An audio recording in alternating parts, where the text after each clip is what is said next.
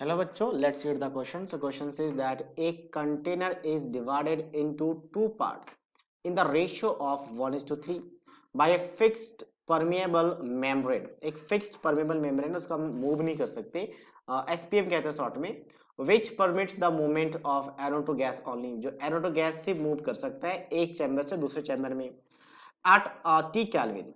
Chamber first contain only N2O4 at a 20 mm Hg of a pressure and the chamber second contain a small amount of liquid water. Small जो आपके पास second वाला chamber है उसमें थोड़ा सा water रखा गया है और फर्स्ट चैम्बर में N2O4 को रखा गया है, but it is sufficient to maintain a equilibrium with the vapour at any temperature, जो कि वेपर बना सकता है किसी भी टेम्परेचर में और इक्विलिब्रियम को मेंटेन कर सकता है, इतना वाटर है वहां पे. Now 50% now both the chamber are heated to 1.2 Kelvin. 1.2 Kelvin पे दोनों को हीट किया गया. Now at which 50% of the N2O4 is dissociated into NO2. The vapor pressures of the water at T Kelvin and 1.2 Kelvin are given as 20 and 30 mmHg respectively. If AB and CD are the final pressure in mmHg of the gases in the chamber first and chamber second respectively, then the value of ABCD is.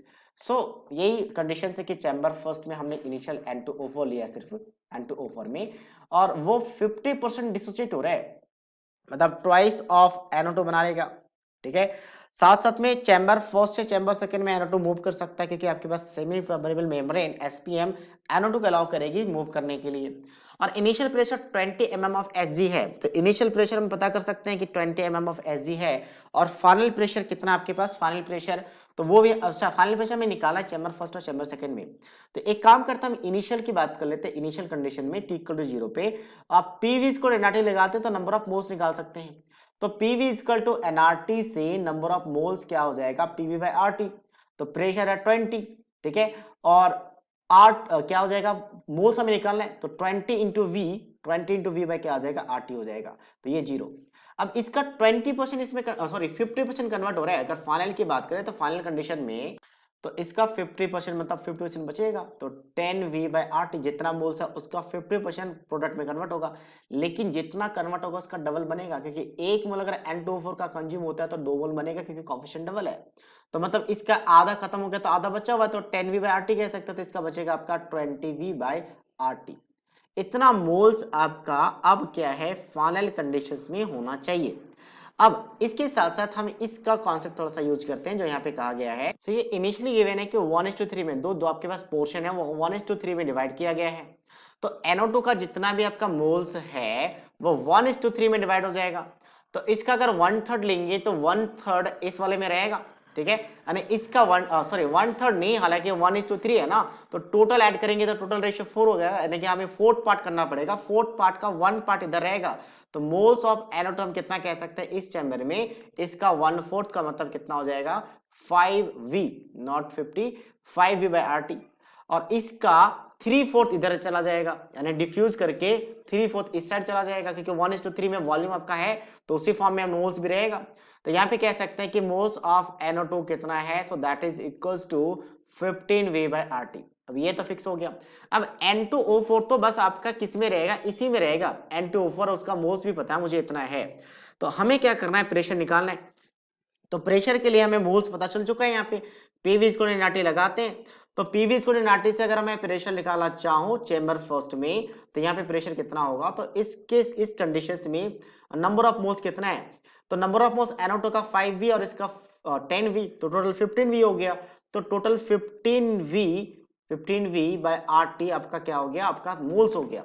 उसके बाद RT से multiply होगा और divide कर देंगे किसमें, आपका temperature. अच्छा एक और चीज जब हमने हीट किया तो ये कंडीशन हुआ, और हीट किया तो फाइनल टेम्परेचर कितना हो जाएगा, बेसिकली 1.2T. ये चेंज करना पड़ेगा आपको. और डिवाइड कर देंगे इसे आपका वॉल्यूम से, तो वॉल्यूम को V रखेंगे, तो V कैंसिल, RT कैंसिल, तो इसको कैलकुलेट कर लेते हैं. और आपके पास इसको हमने रखा था किसमें, जो प्रेशर रखा था MM में रखा था, तो MM में ही प्रेशर आएगा. तो यहां से जो प्रेशर कैलकुलेट करने के बाद आ जाता है वो कितना आता है 18 mm of Hg. 18 mm of Hg. अब हम सेकंड वाले की बात करते हैं. सेकंड वाले की बात करें तो P सेकंड में सब कुछ सेम ही है, और सब कुछ सेम है, मतलब वहां पे भी प्रेशर उतना ही आएगा, आपके पास 18 ही आएगा। ओके, एक चीज चेंज है, वॉल्यूम उसका ट्रिपल है, तो मोल्स तो वही है, और वो किसकी वजह से, सिर्फ NO2 की वजह से, NO2 की वजह से मोल्स तो वही है।